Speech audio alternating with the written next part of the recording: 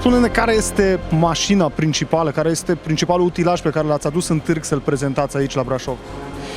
În primul rând, bună ziua tuturor celor care ne privesc sau ne ascultă. Numele meu este Florian Marin, reprezint compania Almetec, iar ca și reprezentant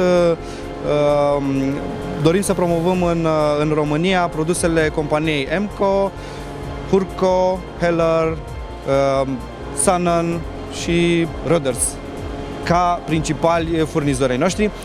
În acest moment, da, putem să spunem că unul dintre punctele de atracție este mașina EMCO E45 cu axă Y și cu frezare, o mașină foarte versatilă, universală pentru dotarea tuturor departamentelor unde avem nevoie de, să zicem, serie mică, medie și produse unicat.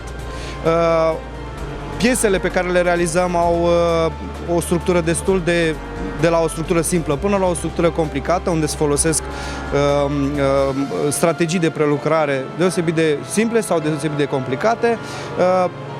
Mai mult decât atât, în cadrul târgului avem o promoție specială la această mașină de 89.900.000 de euro, o mașină care poate să aducă o valoare adăugată într-o companie din România de talie medie.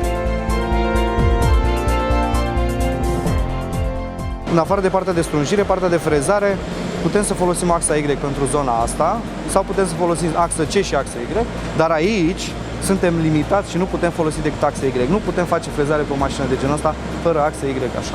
Asta este tipul de piesă care se poate realiza cu acest utilaj.